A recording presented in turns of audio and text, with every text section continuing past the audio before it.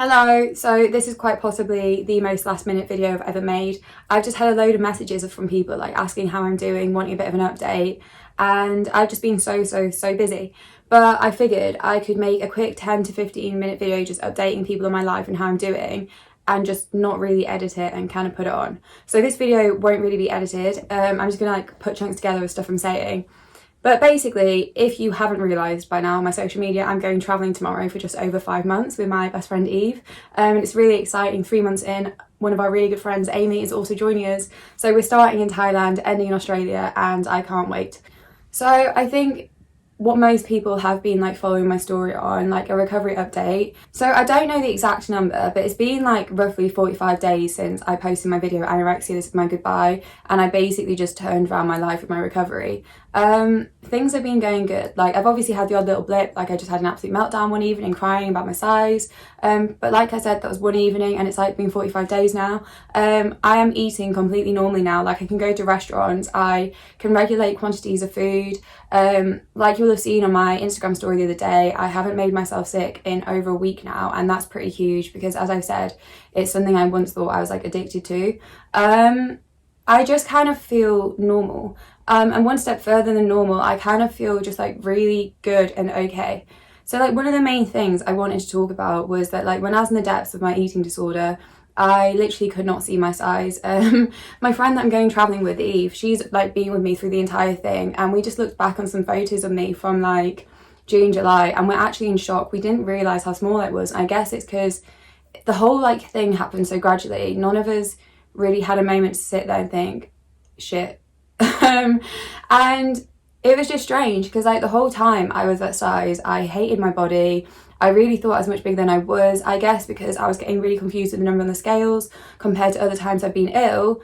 I just couldn't believe I was as ill as I was. But then the weird thing is, and like I don't know the science behind it, I've just decided to make up my own science, that as I've gained weight, my head has just adjusted to it. And I don't know if it's something to do with like finally letting hormones get in or what, but now I'm actually able to appreciate the more womanly aspects of my body. Like I took a photo the other day when I went for a night out with my friends and I had a bum. I was so happy I finally had a bum because I always said like when I relapsed, I just looked a bit like an ironing board. No issues with ironing boards. I just, you know, I look better not looking like an ironing board. And I realised the other day that like I'm starting to get my boobs back, which is also lovely, especially because I'm going to be on a beach quite a lot soon. And it's just strange because I never thought I could appreciate those qualities about me again. For so long, like a year, I just wanted to be stick thin. I couldn't see that I was like stick thin. And I would look at pictures of me when I was at my natural weight and I would resent my body. But like, I'm not even at that size yet, and that's all I want back. I saw a photo of me earlier today from like a year and a half ago, and I was just radiating confidence, and I like obviously will have maybe had like bigger thighs and whatever, but I wanted that back. And that's just a transition that I don't think people talk about enough. I don't think you realise can happen, because I guess in the very early stages of recovery you kind of sit there a bit like I could never be that size again. But within a few days my head started to adjust, and that's just something that I hope people can like take the plunge and give a chance, because you'll be amazed that when you start eating food and like fueling your body, your brain kind of heals too. So another thing I really want to go over, and again I was just chatting about this with Eve, me and Eve have a lot of reflective chats, but energy levels, like it was so strange. When I was in the depths of my eating disorder, I, again because it was so gradual, didn't realise just how tired I was all the time, how anxious I was, how much I was isolating myself from things. And I remember like a month before I started my relapse, I basically tweeted something along the lines of the main reason I never wanted to relapse again was because I couldn't go through recovery again. And that had been a thought that kept me going for so long. And just another load of thoughts like that, like, you know, you can have that slight bit of awareness that when you're in the depths of your disorder, your body dysmorphia means that you don't even appreciate your smaller size. But what scared me was like, obviously when my eating disorder crept back in, I kind of forgot these things. I couldn't hold on to those thoughts. But now, like a year on, I can see exactly what that disorder did to me. And that's kind of one of the reasons I'm making this video. Like, as much as it's an update for other people, I want to kind of have a reminder to myself that just says like, Nick, when you were small, you had absolutely no energy. Like you were really struggling to see people. You were so anxious all the time. And all these things, like for me, my disorder would always tell me that if I was smaller, I wouldn't be able to feel hurt, I wouldn't be able to feel pain, and that's all I was feeling every single day. And like now I've been doing better. I've gone out and done stuff that I would not have been able to do like 3 months ago. I've put myself in like really scary situations and like I've thrived in them. And I've been able to feel like pride. I've been able to put myself in a situation and feel confident. And I've been able to do, let's say, even like, for example, full days of work because I've got the energy. That was something before that I would have had to like nap, or I would have just like bitten everyone's head off. And it's just nice. I guess one of the main things is like, I'm not spending my entire day thinking of food. And I don't think people realise how exhausting it is trying to figure out every single plan and what it could do to do with food. But I would say my biggest achievement is probably that it has been like over 45 days now. I don't know the exact number since I've weighed myself, and it has probably been the biggest change for me. It has been the main thing that I've done to stop my body dysmorphia getting in the way. It's meant that I could let go of rules, like for example, to do my bulimia. It's meant that I've been able to actually eat meals and not sit here and drive myself mad over what it's doing to my body, because I don't know what the number on the scale says. So I'm not looking in the mirror and comparing like where I think those kilograms are being gained. I guess like one of the main things for me is that I never trusted how quickly like my brain and my body could adjust to being okay with recovery and weight gain. And I know that before, like I'd got really angry at myself because in June time I kind of had to start recovering. I was doing so much in my summer, and then September I completely halted it.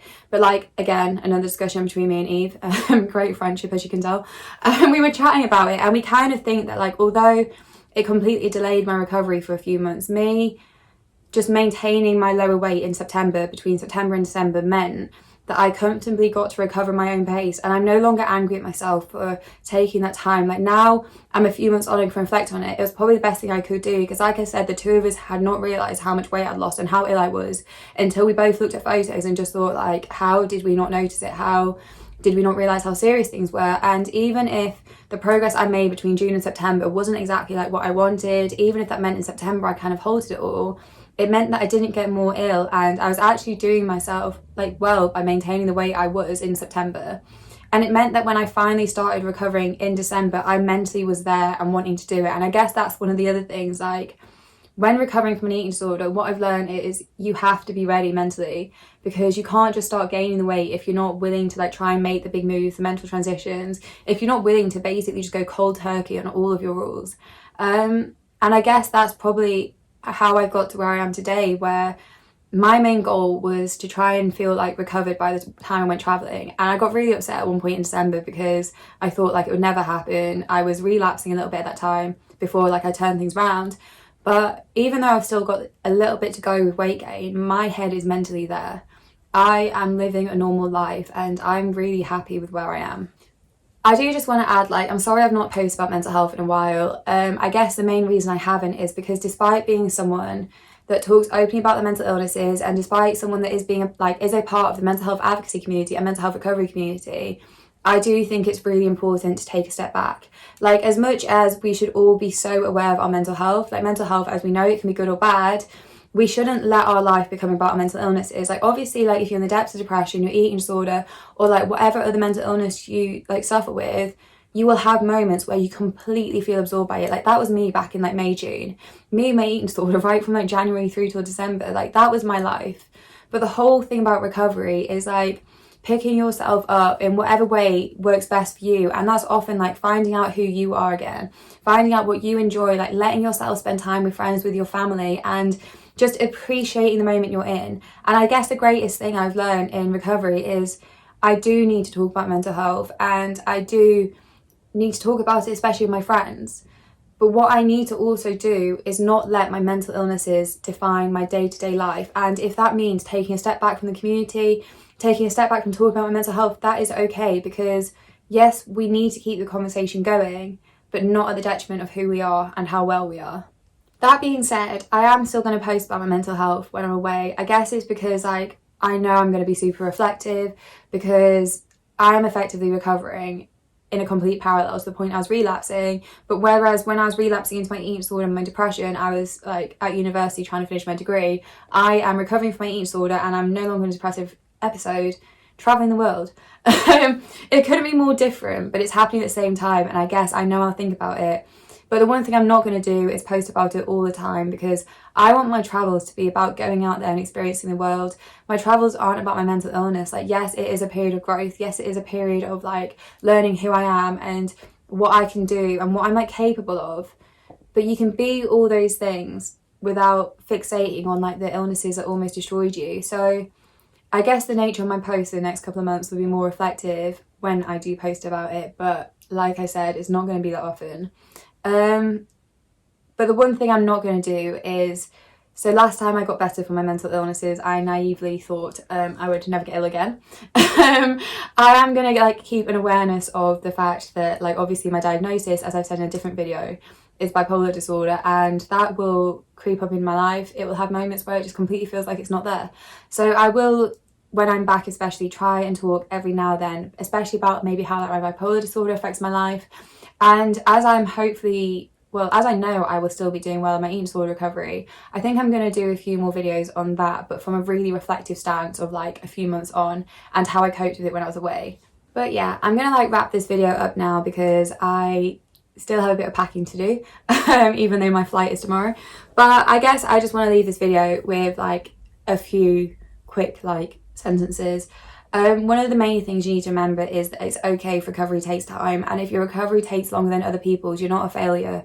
Like for me, having that break I did between September and December where I just maintained the weight I was, meant that when I was ready to do it properly in December, I managed to give it my all and get to be where I am today. Another really important thing I'm just concluding on is remember that even if you are someone that speaks openly about your mental health and like takes on the role of almost like a mental health advocate, you don't have to talk about it all the time. Like if your recovery means taking a step back from talking about it, if you almost feeling like you have a life that's free of your mental illness while still being aware of your mental health, means you almost have to take an even longer break about it or stop talking about it, that's okay. Like there's other ways you can keep the conversation going, and I just think especially when you're trying to recover, it's not always the healthiest to be talking about all the time. I think that's something I found, because you almost wanted to, you get trapped in this bubble of being ill and having to like present this ill image. So just remember it's okay to look out for you. And just the last thing is, I couldn't recommend more just kind of going all in with your recovery. When I got rid of my scales, when I got rid of all my small clothes, and when I got rid of all my rules, yes, I had some odd slip-ups, but it meant I gave myself the best chance, and I was amazed at how quick my brain started to heal and how quick I started to become okay with things again. So if you are in that mindset where you think you may be ready, I just would say give it a go, because it transformed my life. I have so much energy now. I feel so much happier. I am so stable. And like I said, I'm just achieving things I wouldn't be able to do months ago. But yeah, I'm going traveling now. So this may be the last video for a while, unless Eve and I randomly get into other videos, which I'm not sure that we would. But I will be back in like 6 months on YouTube.